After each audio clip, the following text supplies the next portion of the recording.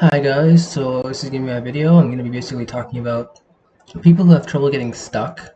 What do they do in terms of like getting, uh, dealing with, motivation, dealing with exposures, dealing with um, not being able to get out of bed, not being able to basically do anything that you want to do, and how to kind of get out of that funk. I know I say a lot in the videos, like you simply need to like write down your thoughts or go outside and rate your anxiety when you're out, and then rate your anxiety after you've finished your outing or whatever.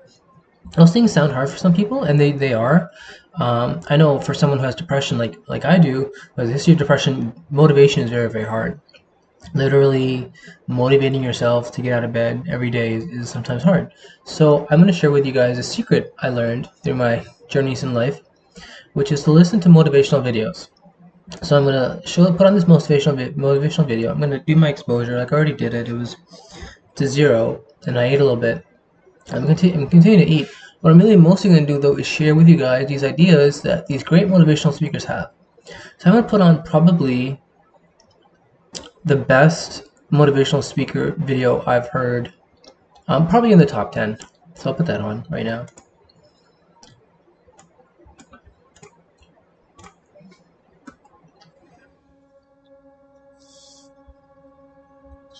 We are running out of time. What are you going to do with the time you have left? I say that if you don't reposition yourself, you could miss the best time in your life, in this season of life. Because we have got to change the way we think. We have got to change the way we function. We have got to change the way we deal with issues. And the reason that you have to begin to reposition the way you think and the way you function and the way you feel is that we many times are stuck between the lines of limited thinking and limited people and limited ideas and limited philosophies. And there's something creative down inside of you saying, let there be. You need to walk into a situation where you've been locked up and tied up and tangled up and say, let there be light, let there be healing, let there be books, let there be change in this city. You have tried 4 or 5 or 6, 7, 8, 9, 10 different things. Each you worked on 90 days or so, and then said it doesn't work. How can you be a leader with a 90-day test? Of course it didn't work. You didn't stick to it long enough. You didn't fight hard enough.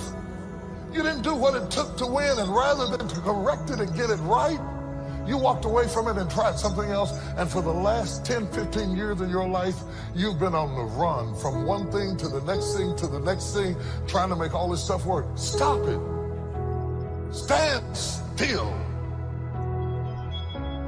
You have to have the courage to live with the pressure and the criticism. New levels bring new devils. You have to be tough. You have to be tough to be able to stand it. It's tough for keeping your kids encouraged while you secretly worried to death yourself. It's tough for getting ready for a birthday and don't have a birthday gift. It's tough of not being able to get the light bill paid and the water bill paid. It's tough. But what do we do with these moments? Do we just have them and go back home and wait for the next one? Almost like junkies getting a fix or smokers smoking a cigarette? Are we just habitually addicted to moments without being able to take that moment and use it strategically to do something in our lives? You do not have to accept it the way it is. Somewhere down inside of you there is creativity. We've got to break out of the barriers and the limitations and get outside of the box. Something is about to happen in your life. You've got to take it one day at a time. And when you get to the end of the day, you say, I'm not finished, but I've done everything that I was supposed to do for that day, for that time, for that season. Your season is shifting. You will be able to do now in a way that you have never been able to do it before. You haven't sung your best song. You haven't preached your best sermon yet. You haven't thought your greatest thought. You haven't written down your greatest idea. You haven't dreamed your best dream. Maybe you haven't laughed your best laugh. You haven't had your greatest day yet. It's somewhere inside of you. You're a miracle looking for a place to happen. You have got all kinds of things locked up inside of you that are about to come forth for such a time as this. The time is right. The stage is set. The conditions are in order. And something awesome is about to happen in your life. Don't let anybody tell you you're too young. Don't let anybody tell you you're too old. Don't let anybody tell you you're fitted. Every day you wake up in the morning, it's a sign the best is yet to come. This is my moment, and I am determined to live it. The mind is the battleground. The fight is in your mind. Are you ready for the next level?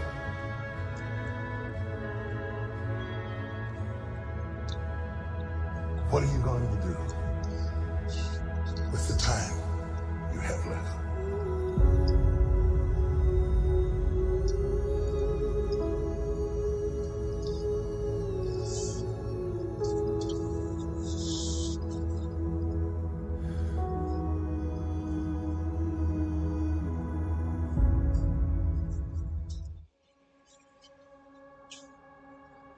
If you live very long at all of your youthful idealism gives way to the harsh realities of life itself.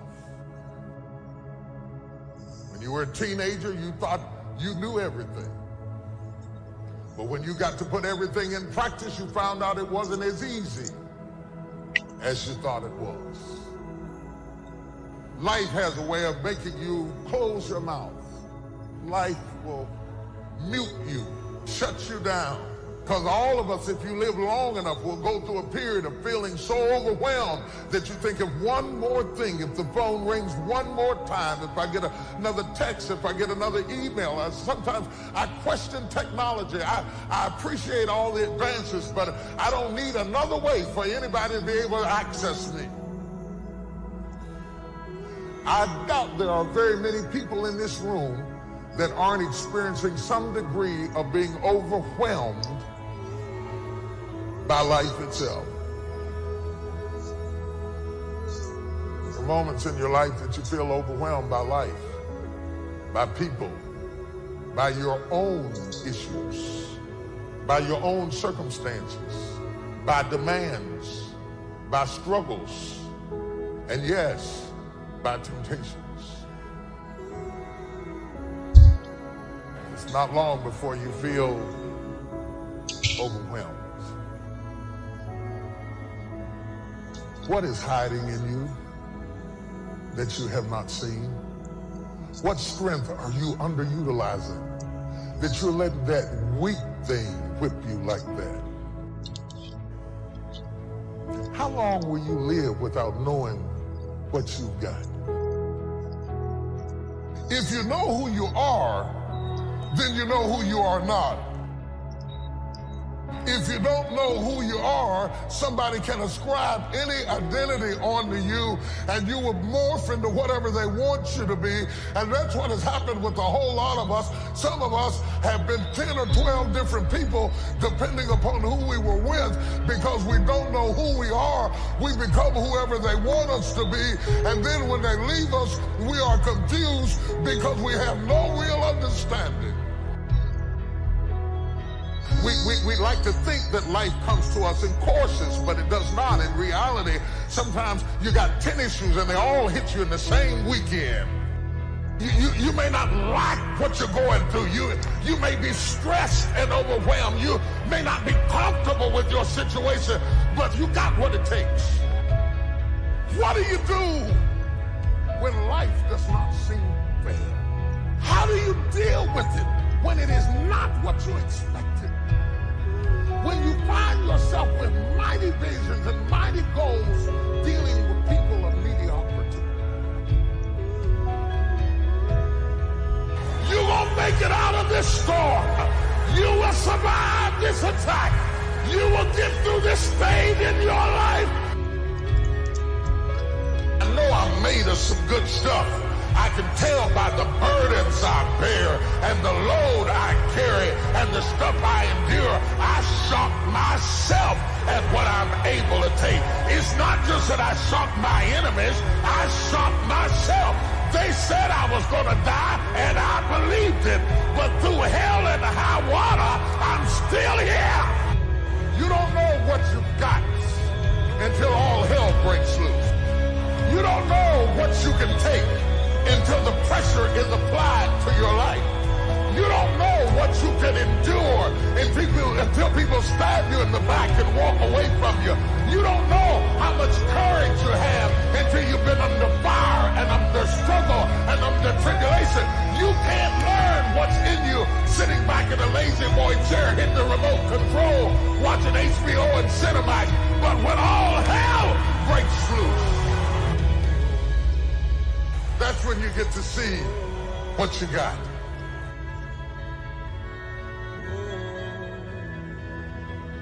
Experience kills off the weaknesses. Your childishness begins to die. Your fear begins to leave. Because what you're going through does not intimidate me. It intimidates you.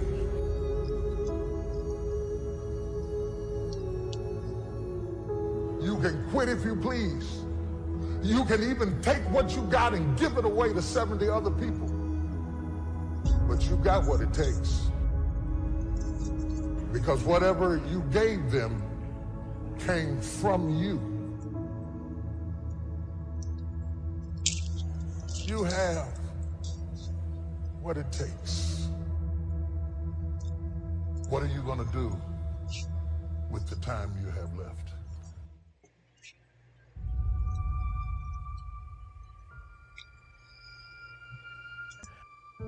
I believe that this is your beginning, but this... Okay, so I hope you guys enjoy the general background of what I'm trying to get across here. Again, for people who just have trouble, let's say you had a bad day, right? And the next day you have to go to work, and you just don't want to. Fairly common emotion. For people who have depression, though, the emotion is all too common, and what happens is we end up not doing what we want to do. We end up settling, instead of waking up at 7 or 8, we wake up at 10 or 12. And so, this is a great way to kind of really, really get yourself a way of really motivating yourself. So there's Les Brown here. There's Jim Rohn. Jim Rohn right here. So I'll end it with Jim Rohn because he's the master. He's the one who started this whole thing. Personal development, holding yourself accountable, personal accountability, motivation, all that stuff. So I'll end it with him because he's like the number one, okay, in terms of the best. In terms of motivational speaking, you're gonna get him. He's number one. Then is the guy I just played. I think he had a pretty good. I don't know who his name is though, but that speech is pretty good. Then there's Les Brown. He's your common motivation. I mean, he's good. He tells you to be positive. He doesn't really talk about the negatives though. So you got to compliment him with some other guys like Les Brown. I'm sorry, Jim Rohn. So I'll end it with Jim Rohn, and I really hope you guys enjoy this video. And remember, guys, subscribe, stay with it, all that.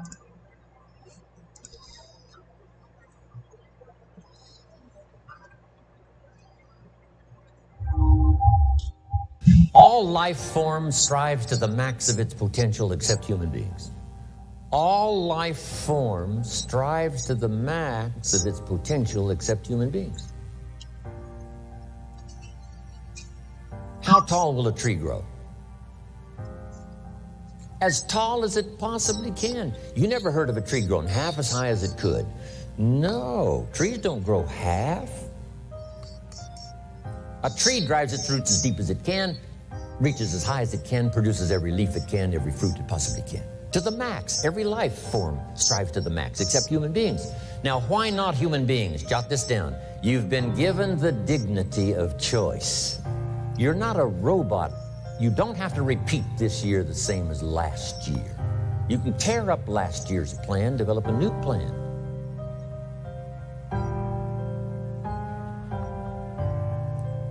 So, the dignity of being a human being. Now, here's the choice on being a human being. To be part of all we were meant to be, or to be all. To strive for all, or half, or part, or some. The choice is up to you.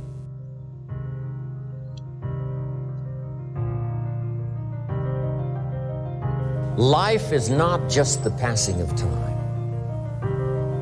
Life is not just the passing of time. Life is a collection of experiences, their frequency,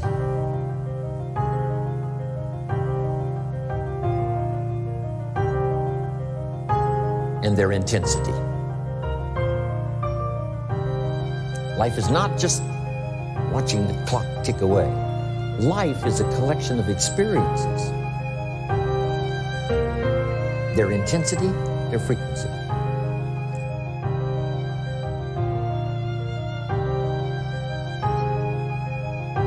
When should you start the day?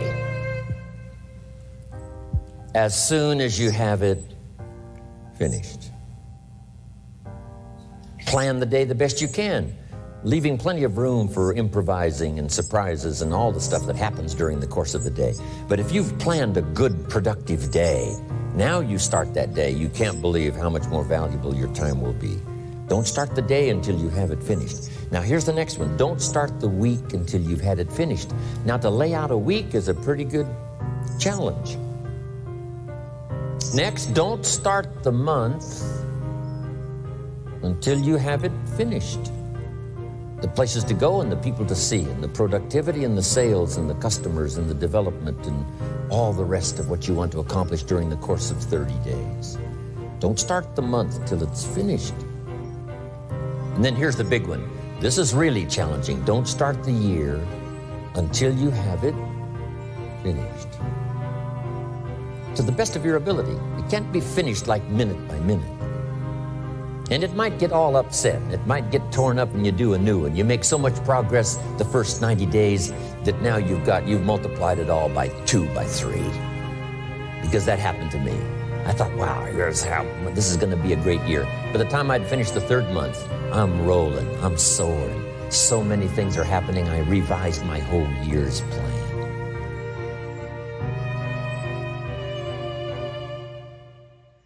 I got better.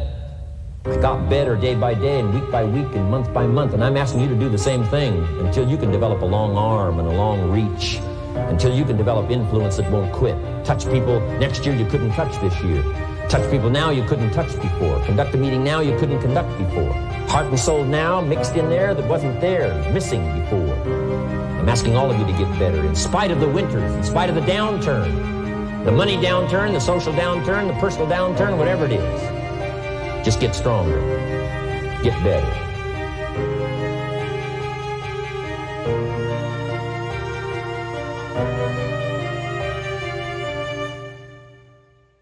I'm asking you to drive worry into a small corner. You gotta worry some. All this negative stuff serves some purpose, but the key is for you to be the master, not the servant.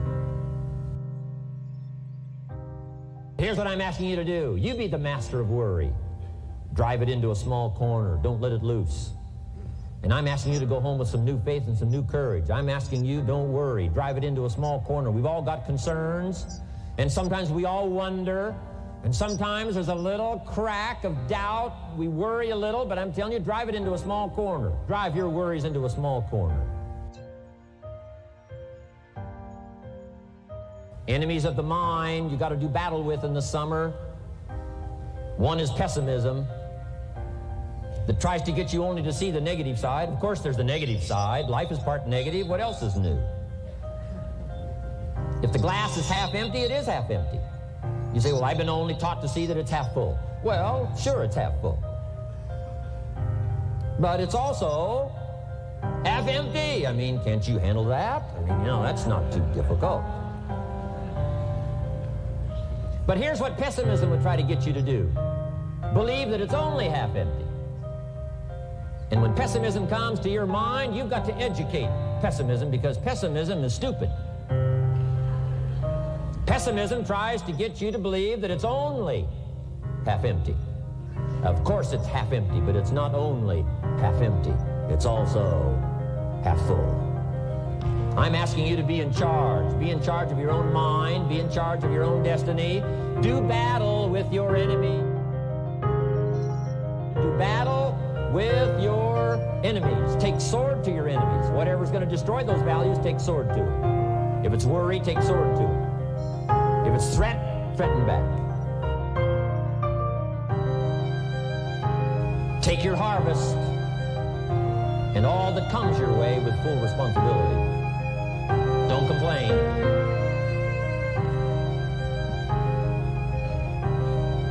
That fourth season, complaining, telling you, could ruin all of your chances.